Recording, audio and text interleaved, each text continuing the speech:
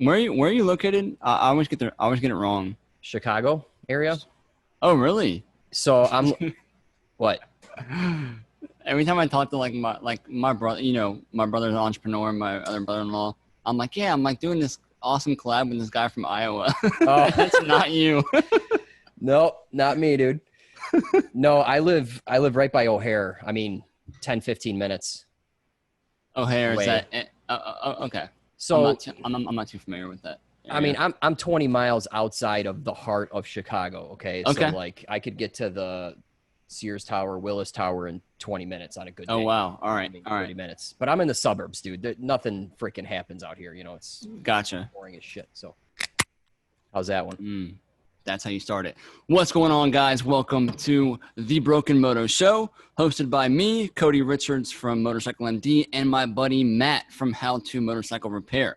This is just simply a collaborative channel that we wanted to start through our own feeds where we can hang out, drink a couple beers, talk about motorcycles with questions that you guys provide. Matt, how can they get a hold of us? askbrokenmoto@gmail.com. We're getting so much better at it. We got it right. We finally aren't forgetting our own email. We got it. What are the rules? What are the rules for this? Mileage. Year, make, and model. Clearly state the problem. As much information as you can would be great. A picture or video is a plus. Yeah. Perfect. So, and that's obviously tech questions. So if you have any tech questions or actually any questions, yeah, if we can answer it, great. If not, we'll move on. But yeah, we got one on painting last time, or yeah, I like that. I like the variety. Actually, we got a really cool one this time from, I forgot his name, but I'll mention it with that video. He just crushed it. So props to this guy. Yeah, you know who you are. Yeah. So let's start it off with the first question for this episode. So this one comes to us from, I think it's Mal from the UK, another guy outside across the pond. I'm experiencing an electrical fault on my Honda 2001 NT650. He said DeVille is what it looks like. I've never heard it called that. I know what the bike is, but let's carry on. When I turn on the ignition, the voltage of the battery without any accessories being turned on, in quotations or in parentheses, starts to go down quite rapidly over a couple of minutes. It is down to 10 volts, starting with a full battery at 13.1 volts. I can turn off and the voltage of the battery climbs back up with no charging. I mean, like key off, key on type thing. It can take up to 30 minutes to recover.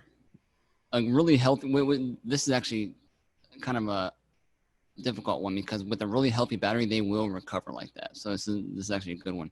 Do you know what can cause this problem? Do you know what could cause this problem? Would appreciate any enlightenment. Mal from UK. What do you think, man?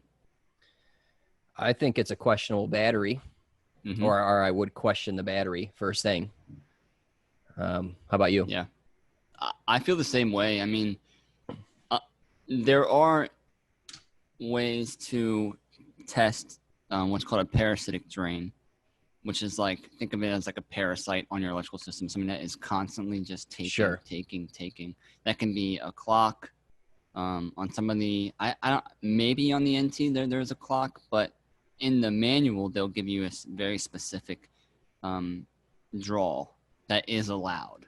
It's usually in milliamps. Yeah, it should be very low, tiny. But if it was large, then he wouldn't be seeing it jump back up to 13.1. Yeah, I mean, if it was a really big draw, constant. To me, it almost sounds like what really, maybe this is just going a little bit wide, but what really is the issue? Because if you're turning on the key, you have a headlight that's probably 55 watts. You have a tail light. You have running lights in the front. You have dash. You have everything. You turn the key on. If I sit there and watch my battery, it's going to drain out. Sure, and he's saying couple minutes. You're basically load testing the battery for no reason. Correct. If there was a starting issue after this took place, or if within like, maybe as soon as he turned it, like he's reading 13 volts in the battery, he turns the key on immediately, and then boom, it drops to like 9 or 10 volts. There's an issue. Right. you know, but letting it just turn the key on and it's just draining. That might be normal. It might be normal. Yeah. Absolutely. Now, I mean, if you want to really know, take the battery out, take it to the shop and have them load test it. Mm-hmm. A load test will determine if it's good or not. Yeah. And yeah, that's great. And, you know, just because it's a new battery or even a year old or whatever, don't assume it's going to be good for another few years. Batteries do go bad. I mean, my sister took her car in to Just Tires or, you know, a tire shop to have her battery changed out. The next couple days, it was dead. And we're like, what's going on? Maybe she left the interior light on or whatever. So I charged it for her. 2 days later, it's dead. I took it back. I'm like, hey, the battery's going dead. They put a load tester on it, like 150 cold cranking amps, and the thing should be like 600. So he's like, we just put a new battery and it was bad. It had a bad cell or whatever, and it is what it is, you know? Yeah, one rule of thumb when you're buying battery, I'm not sure where you got the battery from. If you go into the auto parts store, buy the one that's, see, on car batteries, I buy the one that's furthest in the back. Because that's one that they loaded in. It's the freshest. It's the freshest one.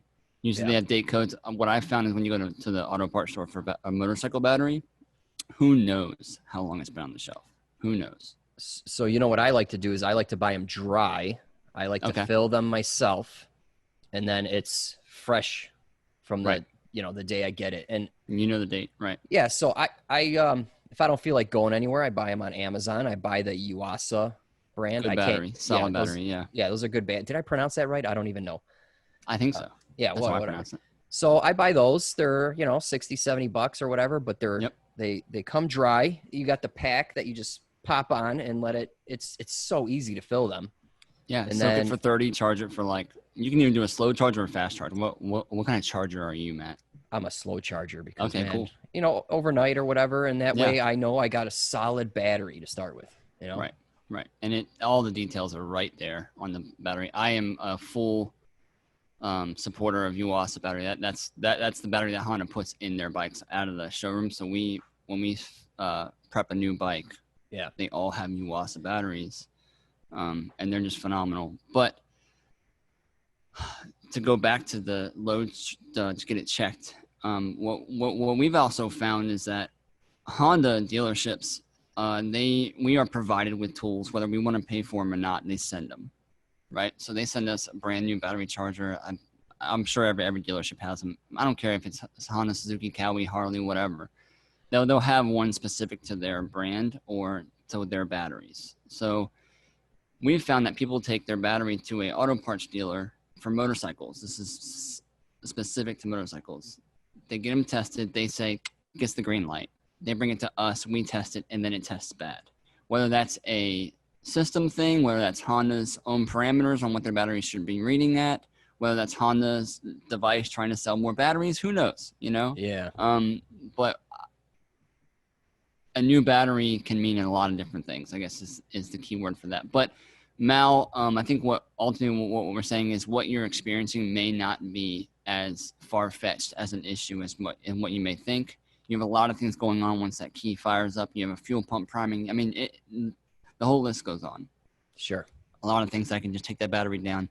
The fact that it brings it back up to that high of a voltage, because 13 volts is a brand new battery. Anything below 12 can ultimately mean dead. But what you're experiencing seems pretty normal. I don't see the problem. Cool. Do nothing. Sweet. Do nothing. All right, dude. Take the next question. Well, before the next question, let's talk about our beer fund. So Cody and I just started a beer fund where you viewers can contribute $3 or more as a little thank you donation. Keep our our fridges full. Yeah. It's a great way to support, man. Yeah, it's just a little thing. So if you could do so, that'd be great. If not, that's cool also, you know. We spend the time, you know, chalking this kind of stuff up for at least about an hour and a half, and then of course more time, you know, editing and doing all that stuff to hopefully just in Freeland provide you guys some kind of helpful information about your bike because we care. So, yeah. All right. Thanks for that. You should find that in the description below. Yeah, that's right. Yeah, we'll put a link in the description below. Thank you to all future supporters. Yeah, that's right. All right. Next question is from Erik from Palatine. And Erik lives probably 5 to 10 miles from me. So that's pretty cool. Ooh, that's cool. Yeah. Yeah. Erik, I was at Fremd High School the other day picking up some supplies for my daughter, and that's in Palatine. So I was right near you. You guys are practically family. Yeah, that's right. All right. So Erik sent in an awesome video, gave us a lot of information. He spoke to the camera. He had it on his face, which was awesome. And he went into detail about his issues. So we're going to roll that video right now. Hey guys, this is Erik Danielczyk from Palatine, Illinois. First and foremost, Matt, I want to thank you so much for the awesome videos that I've purchased through the years, from the KX125 250 engine rebuild up to the YZ250F, which is for my son's bike that we're currently building. So we're in the final stages of that. Anyway, this is a question that I have for a new project that I just bought. It doesn't have to deal with the engine, but it actually has to deal with the axle size on a KX250 in 1998 and the rear axle size, bearing size, on a 2007 KX450F. And the reason why I ask that, or the reason for this video, is I got a set of OEM rims, wheels I should say, everything for $40, front and rear. So I know that the stock axle is a 20 millimeter, and the stock axle on a 2007 450F is a 25 mil. What I did is I actually bought a couple pieces of 25 millimeter OD, 20 millimeter ID tubing off of Amazon, and I'm just wondering if there's any harm in using this in here as a full sleeve going through. I know I polished up the end a little bit just because I have to sand it down a little bit, maybe with some crocus cloth or some plumber's cloth, sand cloth, just to get it to fit in there. But actually, a couple little turns and it goes in there no problem. The reason I'm thinking that this is going to work is because the stock axle is right here, and I'll take that off. And as you can see, whoops, sorry, I dented that side there. But anyway, as you can see, it's a super tight fit in there. So without having to do any sort of milling on the inside, I think it's going to work out perfect. I just have to, maybe take off a little bit on the exterior of this, and then use it as a through-way bushing or sleeve. And also the cool thing is that, I didn't know this, but on the 20 millimeter, the axle dust caps fit perfect on there. So, guys, I'm looking for your expertise. Is there any harm on using this piece of aluminum over the stock axle to bring it up to a 25 millimeter? Am I going to have issues down the line if I use it as a through axle sleeve? Thanks, guys. Really excited for you guys with this. This is awesome. And I look forward to contributing as well and trying to help you guys out. Again, this is Erik from Palatine, Illinois. We'll talk soon. Thanks, fellas. Okay, so Erik is trying to convert later model wheels onto a 99 to 02 KX250. And I get why he's probably doing that, because it's an older bike and maybe his wheels are damaged, or the aftermarket support for that generation isn't that good. And if the wheels are available, they're very expensive. So I think he bought cheaper wheels off a newer bike and he wants to make them fit. Yeah. So I think what he shows in the video will work. However, there is, I believe, a better option, but it might be a little more expensive. So what I have here, right here, is a spacer that this would replace your current spacer. And you can see your old axle would be 20 millimeters. Okay. And then here would be the 25 millimeters that gets inserted into the bearings, the wheel bearings, and then whatever diameter you need here for the seal. Okay. And I think that would be a better option than a whole sleeve going through the hub. And you were going to say something? I was going to ask you about your drawing. So you're saying that he could get a spacer that went inside of the wheel bearing? Yeah, because Okay. the bike he has a 20 millimeter axle Yeah. and 20 millimeter bearings. Right. The new wheels are 25 millimeters, so you got 5 millimeters of Absolutely. diameter. Slop. Okay. Yeah. And he was proposing to slide a shaft from bearing to bearing inside the wheel that would be 20 and 25 respectively. And the problem is that shaft is a couple thou too big, and he's got to grind it down or whatever. So you have 6 to 8 inches of material that you have to remove and then get a nice tight fit. Yeah. And it doesn't have to be super tight, but you want it as minimal clearance as possible. Otherwise your wheel is going to move around. Right. Right. So I think this is a better option because it also supports the axle further out. Okay.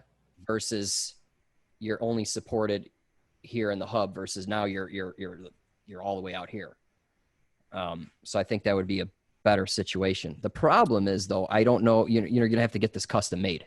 Correct. So unless you have access to a lathe, expect to pay a machinist $80 an hour in this area here to knock these out. I think he could probably do 2 of these in an hour.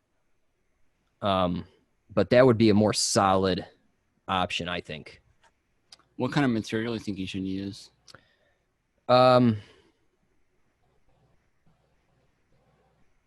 Steel or stainless. I mean, if you go steel, then you got to plate it because it's a dirt bike. It'll rust. You can use stainless.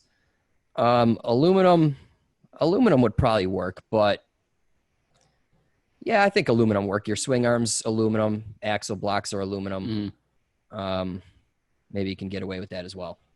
Yeah, the first thing that was popping into my head when he showed the long pipe that he bought, and that was aluminum, was like I would be worried in my brain that when you're cinching down the axle, you're ultimately putting axle nut. You have spacers that are kind of locking it all in, and over tightening and under tightening, it doesn't really play too big of a role as to how the wheel spins. Okay. All right. Because you can rail down on that axle, but because of the spacers and the bearings and where they ride and where they touch, the wheel's still going to spin unless you have improper spacing. Right. So if you put this pipe in there, this aluminum pipe, which it looked like I was totally jazzed about the clearances that he got out of that pipe. I mean, it looked like a regular axle type clearance, but I'd be really concerned about getting enough space on the side, so how long it is to where you're not running into that spacer when you're tightening it down, then you're not tightening the axle enough. Yeah. Or if you're not under tightening it, then will that spacer then be allowed to move?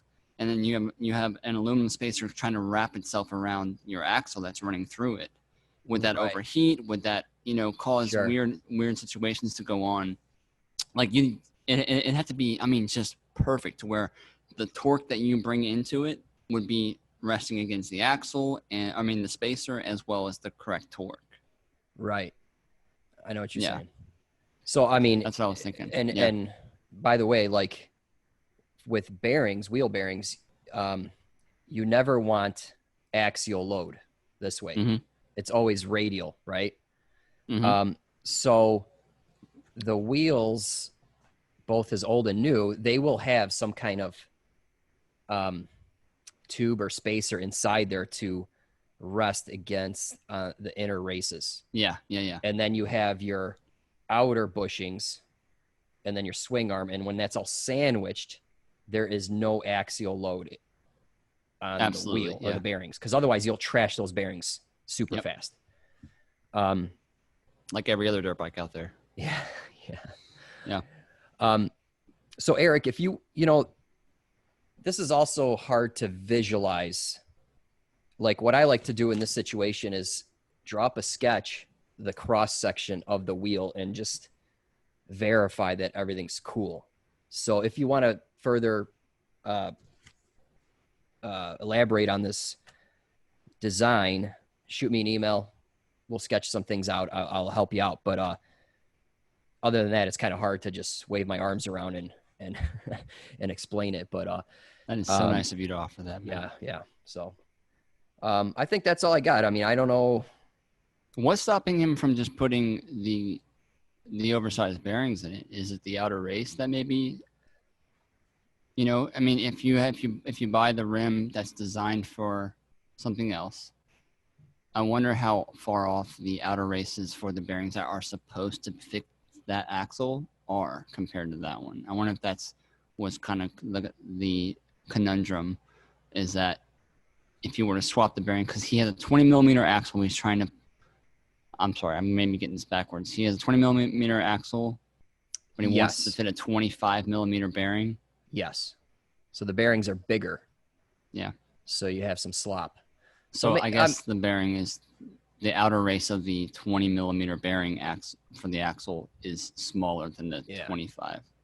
You can also get custom bearings made. I was just going to mention, if you look at the bearings, they'll have a number on it. Like they're probably 60, 25 bearings or whatever, double sealed, and then the diameter, whatever. It'll have a number on it. You can get some with the same OD, and then get something with a smaller ID. They'll just have bigger balls in there, right? To take you'll have some big balls on your bike. But that's right. Maybe that's an option. And then that way you can use the same axle. Use the same bushings from the newer wheels. Right. And then maybe you're good to go. And then when you're like ripping whoops, you're not like, I wonder if that rear axle is coming apart right now. Yeah. You know? Yeah. But that's assuming your sprocket lines up, your disc lines up to the caliper. I mean, there's a lot to those wheels. And then like, what's wrong with your current wheels? I mean, can they be repaired? I mean, so there's a lot to consider here. So anyway, hope that's helpful. Yeah. Cool. All right. So you got a hold of that one. I'll go on to the next one.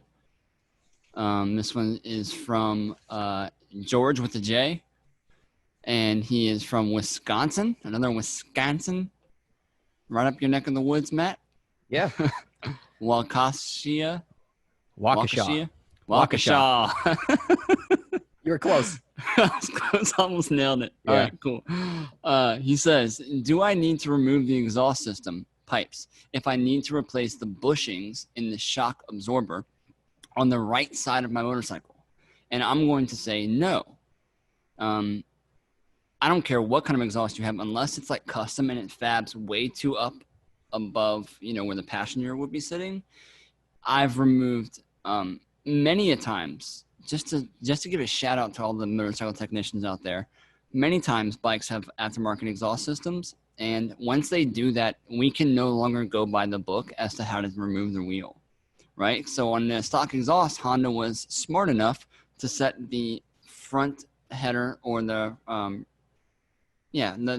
front exhaust muffler where it ends, right where the axle ends, right? And then the rear, this is a V-twin, it's a VT1100.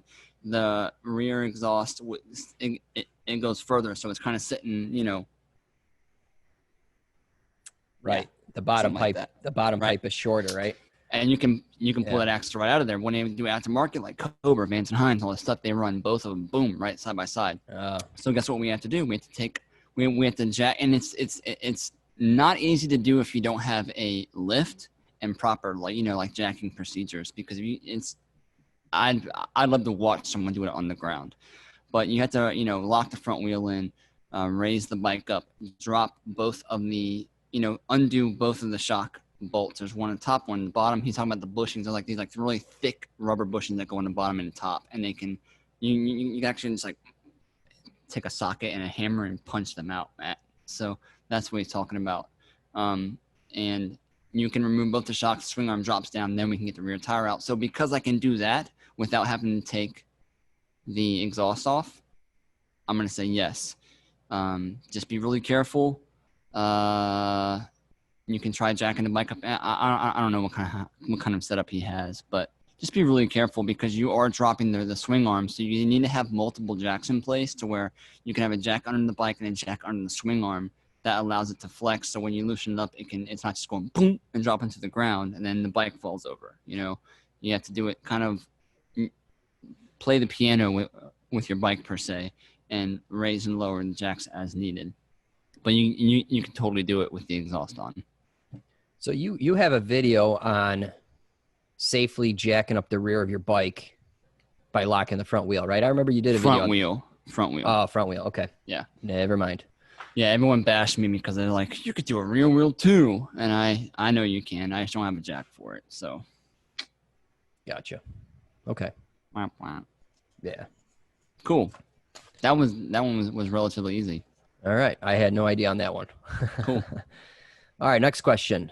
John here in Jupiter, Florida. Bike is an 84 Honda Sabre VF 700S, 39,000 miles. Runs like new. Every time I put gas in, I wonder if these ethanol fuels are killing my bike. Hoses, jets, O-rings, etc. I always use the highest octane they have, usually 93, but mostly just because I'm hoping to give the bike the best fuel that I can. So what fuel should I be putting in this bike? Thanks. You guys are awesome. John. John, the ethanol is killing your bike. So all I have is E10 around here for the most part. What's E10? 10% ethanol. Oh, yeah. Okay, we got that too. Because we also have E85. Supposedly. So we have we have E85 around here also. So I got to call it E10. That's okay. Well, it's just short for 10% ethanol. Right. Now there is a website called pure-gas.org, and that lists all the gas stations that sell non-ethanol gas. Yep. It's from what I found around here, there's not many, not in my area. And then it's more expensive. Right. And sometimes it's not 93 octane. Sometimes it's 92 or 91 or whatever. Right. But having said that, I only use E10 with ethanol. That's all I ever use because that's what's available. Right. It's convenient. Yeah, I don't go out of my way to get special gas because if my stuff runs on it, I will run it. Right. It doesn't seem worth it to me, but I mean, for like small motor stuff, sure. Well, even in my lawnmower, weed whacker, all that little carb stuff. Yeah. I just use E10. Absolutely. Me too. Yeah. And you know what? Over time, my hoses will break and this and that, but I know how to fix things. It's not a huge deal. But I honestly have never done a test between straight gas and ethanol. And I know everyone bashes it and whatnot, but you know what I like to do is keep fuel fresh in all my junk. Yeah. Okay. I mean, like seriously, if the fuel is 2 months old, I will dump it, throw it in my car, get fresh fuel, and just keep it running every 2 months, keep it fresh. Right. And I'm not cleaning carbs every day, Right. So yeah, that's what I mean. That's the issue is it's the ethanol reduces the shelf life of the gas. That's all in all that's ultimately what it's doing. Yes, your bike in 84, John may not have been prepared for what modern society was going to throw at it with the type of gas that we have, but it's going to do just fine. You're not ruining your bike. Yes, there are your fuel lines, the O-rings in between can show an effect of it, but it's nothing that you should worry so much and lose sleep over to try to prevent, because it's going to take a long time if you take care of it. All in all, ultimately, all gas will go bad. All gas goes bad, right? So it's just a matter of you being proactive with, treatments, whether that's a stable or a stabilizer. I like AMSOIL PI. It's a really cool product. They call it a fuel injected cleaner, but man, one time I had a GL 1200 that the guy had like 110,000 miles on it, and he bought it from someone because they had passed away, so it had been sitting, and I pulled the carbs off, pulled the intake down tunnels. They were metal back then. pulled those off, and man, the intake ports looked like they had been polished. I mean, it was incredible. And the guy was like, yeah, the guy had all this information about what he did to the bike, and one of the things that he did was AMSOIL PI. So I'm a big supporter of that stuff, but keep the gas fresh, run the bike. The biggest thing that you can do to hurt your bike is not operating it. You know, just letting it sit and let that gas evaporate, and that's what really, really kills it. But I mean, if you swap to non-ethanol gas, I mean, the cons are you're likely going to lose a little bit of fuel mileage because they're able to burn this ethanol to where it's usable, and it does provide what your motor needs to run. And you're going to go out of your way to get it, and it's going to be a little more expensive, and you're doing all these things when really you could have been running 83 the whole time. Or, you know, premium's great. I like premium. I think premium, dude, I bought Bike Master auxiliary fuel tank like 6 months ago, and it still has premium 93 gas in it, and it looks brand new.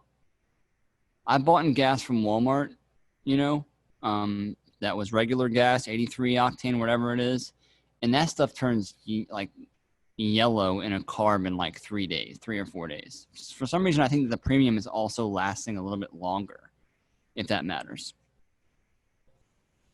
Gotcha. You got 83. Are you talking 87 octane or 83? Is it 83? No, I think it's 87, right? No, it's definitely 87. I saw 85 in Colorado, like on road trips and stuff, but yeah, because it's 87, 89, 89, and 93. 91, maybe 92, depending on where 93. Man, I look at it every day and I couldn't even tell you. Okay. I think it's 87. I think you're totally right. I think it's 87 because that's the stuff I buy for all my cars because yeah, it runs, man. I don't care, you know. Absolutely. Absolutely. All right, guys. Well, that's time. That's enough time for today's episode. We went through 3 or 4 questions. Cody, what are the rules and the email again? Yeah, so email askbrokenmoto@gmail.com. That's how you reach us. That's how you send us videos, pictures. Videos are awesome. If you can do a quality video with some good audio and some fantastic lighting, it would be phenomenal for us to look at. But questions are the same thing. If you're going to have a question, make sure that it pertains to exactly what make and model the bike is. What did you do last to the bike? Why is it? Did you just buy it? Did you just put a new part on? Including mileage. That's the kind of stuff really, really does help us out. And you guys have been phenomenal with it so far. We haven't really had too many questions where we're left wondering. But those are the rules. That's the best way that we can help you guys out. And don't forget about our beer fund. Yeah. It's brand new. Buy us a beer. Yeah. Yeah, we'd appreciate it. Support local from around the world. Cool, guys. Thanks for joining. See you next time. Later.